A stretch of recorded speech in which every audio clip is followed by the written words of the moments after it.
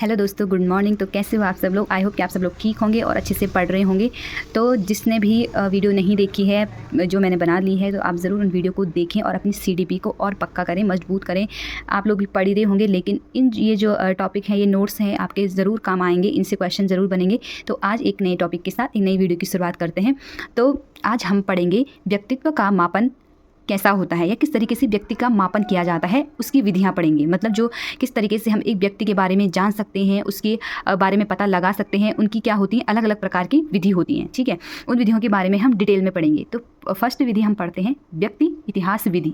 अब आप इसमें देख रहे होंगे कि व्यक्ति इतिहास विधि, इसमें ही क्या हो रहा है, अगर जैसे हम इतिहास बोलते हैं तो इतिहास, अगर हमें किसी का इतिहास पढ़ना है तो हम उसके बारे में, इतिहास के बारे में क्या करेंगे, छोटी छोटी चीज़ों को इकट्ठा करेंगे या उस इतिहास के बारे में जानने की कोशिश करेंगे, छानबीन करेंगे। तो उसी प्रकार ये एक विधि, इस विधि में भी सेम ऐसा ही होता है। ठीक है, जैसे इस विधि में लिखा गया है कि इसके अंतर्गत व्यक्ति के सभी व्यक्तित्व बिंदुओं को इकट्ठा किया जाता है और व्यक्तित्व का पता लगाया जाता है, मतलब विश्लेषण किया जाता है। हम क्या करते हैं इस विधि में, जो व्यक्ति के, मतलब व्यक्ति के बारे में या व्यक्ति ने जो अपनी क्रियाएं की हुई हैं, जो पिछली या बीता हुआ है, उसके बारे में क्या करते हैं, पता लगाते हैं कि वो किस प्रकार का है, उसका व्यवहार क्या है, किस तरीके से बोलता है, चालता है, कैसा उसका उठना बैठना खान पान है, उसके बारे में इकट्ठा करते हैं और उसका व्यक्तित्व के बारे में पता लगाते हैं। सबसे पहले हम कहाँ जाएंगे किसी के बारे में पता लगाने? उसके समाज में जाएंगे, उसकी कॉलोनी में जाएंगे, आसपास के लोगों से पूछेंगे कि आखिर ये व्यक्ति कैसा है। तो धीरे धीरे हम क्या करेंगे, उस व्यक्ति के बारे में जानेंगे और उसके व्यक्तित्व का भी हम पता लगाएंगे। इसमें क्या करते हैं, विश्लेषण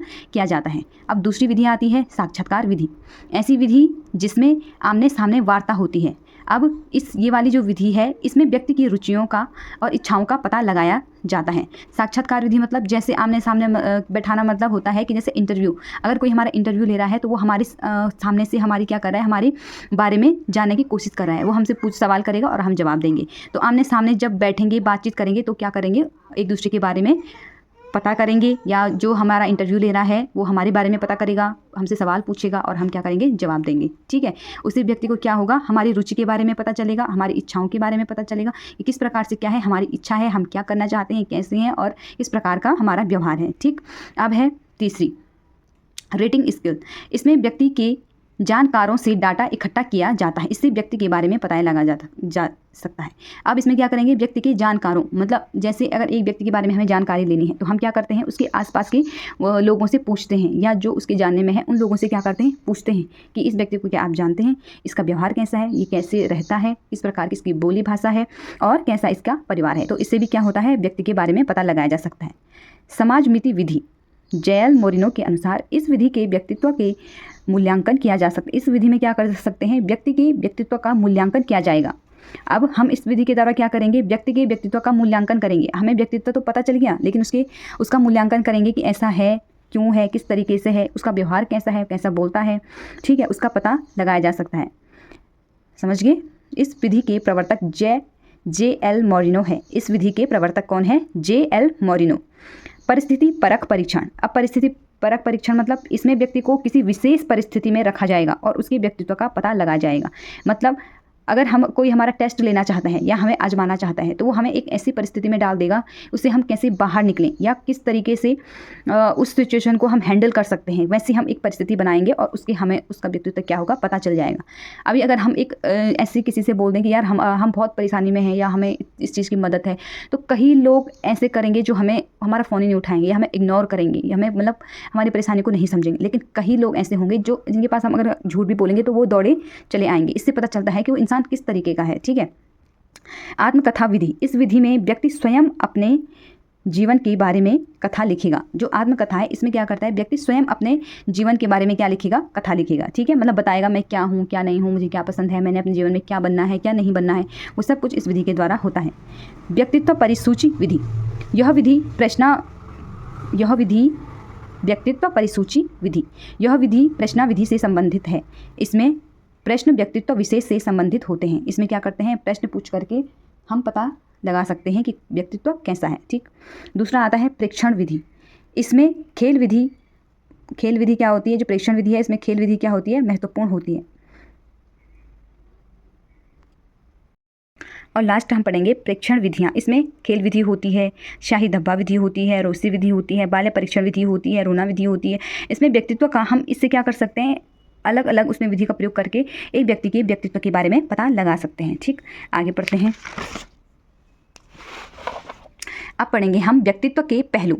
अब व्यक्तित्व के पहलू क्या हैं या पहलू क्या होते हैं, मतलब व्यक्ति के जो पहलू होते हैं वो कितने प्रकार के होते हैं, 4 प्रकार के होते हैं। कैसे कि व्यक्ति क्या करेगा, पहलू मतलब होता है कि व्यक्ति की क्या क्रिया है, वो किस तरीके से रहता है, किस तरीके से दूसरे व्यक्तियों के साथ बातें करता है, कैसे उनको प्रभावित करता है, यही तो है व्यक्तित्व के पहलू। ठीक है, तो पहला इसमें पढ़ेंगे क्रियात्मक पहलू। व्यक्ति की अनेक क्रियाओं का प्रभाव क्या पड़ता है, सब पे पड़ता है। अगर एक व्यक्ति अच्छा है, बोलने चालने, खुश मिजाज है, तो उसके आसपास के लोगों पर भी उसका प्रभाव पड़ता है। और एक व्यक्ति है जो बिल्कुल निराश सुस्त, उसका असर भी एक दूसरे पर पड़ता है। व्यक्ति की अनेक क्रियाओं, प्रभाव, बोलना, खेलना, चलन आदि का क्या पड़ता है, आसपास के लोगों पर भी प्रभाव पड़ता है। सामाजिक पहलू, एक व्यक्ति का दूसरे व्यक्ति पर सामाजिक बातों का प्रभाव। अब समाज में रह रहे बहुत सारे लोग हैं, आप किसी गाँव में रहते हैं या मोहल्ले में रहते हैं, शहर में रहते हैं, आपने देखा होगा अगर गांव में एक व्यक्ति के विचार उच्च हैं, अच्छे हैं, संस्कारी हैं, और अगर दूसरे व्यक्ति के विचार बिल्कुल भ्रष्टाचारी हैं, तो उन दोनों के विचारों को सुन करके जो तीसरा आदमी है वो अंतर करता है कि यार ये तो इस तरीके से बोलता है, इस तरीके से बोलता है। अब उस तीसरे व्यक्ति पे डिपेंड है कि वो किस तरीके के गुणों को अपनाता है। ठीक है, तो उसका प्रभाव भी क्या पड़ता है, आसपास के लोगों पर पड़ता है।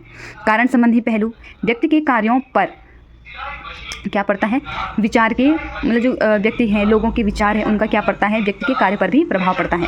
अन्य पहलू, हमारा दूसरों पर प्रभाव। अब हमारा व्यक्तित्व है, हमारा व्यवहार है, हमारा व्यवहार का भी क्या पड़ता है, दूसरे व्यक्ति पर असर पड़ता है। हमारे विचार, भावनाओं, सब चीज़ जो हमारे एक व्यक्ति में होता है, इमोशन, हमारे भाव होते हैं, इन सब का एक दूसरे पर क्या पड़ता है, प्रभाव पड़ता है। व्यक्तित्व के गुण, किसी भी व्यक्ति के गुणों का सही विवरण पूर्ण रूप से नहीं किया जा सकता।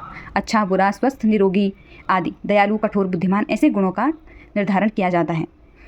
अब वो क्या कह रहे हैं कि व्यक्ति के गुणों का सही विवरण नहीं किया जा सकता। अब हम सिर्फ व्यक्ति के क्या कर सकते हैं, वो दयालु है, कठोर है, बुद्धिमान है, इसका ही पता कर सकते हैं। अब उसका स्वास्थ्य क्या है, किस तरीके से है, उसको अच्छा क्या लगता है, बुरा क्या लगता है। अभी हमें कुछ चीज़ अच्छी लगती है, थोड़ी देर में वो हमें अच्छी नहीं लगती है, तो इन सब का पता नहीं किया जा सकता। लेकिन हाँ, वो दयालु है, कठोर है, बुद्धिमान है, इसका पता लगाया जा सकता है। गुणों के प्रकार, अब गुण कैसे होते हैं, नैतिक गुण, अनैतिक गुण, वास्तविक और प्रत्यक्ष, बाह्य और आंतरिक। ठीक, गुणों का महत्व, प्रत्येक व्यक्ति के गुण महत्वपूर्ण होते हैं। गुणों से ही पता लगाया जाता है कि कौन व्यक्ति कैसा है, उसका व्यवहार कैसा है, किस प्रकार का स्वभाव है, कैसे समाज में रहता है आदि। अभी हमने आगे जैसे पढ़ा कि विधि के द्वारा हम यही तो पता करते हैं कि व्यक्ति में गुण आखिर क्या हैं, क्यों हम इस व्यक्ति को अपनाएं या क्यों हम इस व्यक्ति के प्रति अपना पूरा सब कुछ समर्पित करें, ताकि हमें उसके बारे में पता चले कि आखिर वो व्यक्ति कैसा है, उसका व्यवहार क्या है, वो किस तरीके से रहता है, आसपास के लोगों को कैसे रखता है, अपने परिवार के साथ कैसा व्यवहार है। तो वो सब चीज़ क्या होना चाहिए, हमें पता होना चाहिए। गुणों का वितरण, प्रमुख मनोवैज्ञानिकों ने गुणों को, प्रमुख जो गुण हैं उसे 12 गुणों में बांटा है, या 12 गुणों को क्या माना है, महत्वपूर्ण माना है। ठीक, अब हम पढ़ते हैं व्यक्तित्व संरचना सिद्धांत। अब आप देख रहे होंगे कि यहाँ पर लिखा है कि फ्राइड का व्यक्तित्व सिद्धांत, जो फ्राइड है उसने क्या बताया है, व्यक्तित्व का सिद्धांत दिया है। ठीक, फ्राइड ने मन की 3 दशाएं बताई हैं। फ्राइड ने मन की कितनी दशाएं बताई हैं, 3 दशाएं बताई हैं, चेतन मन, अचेतन मन और अर्ध चेतन मन। फ्राइड ने व्यक्तित्व की संरचना की दृष्टि से फ्राइड ने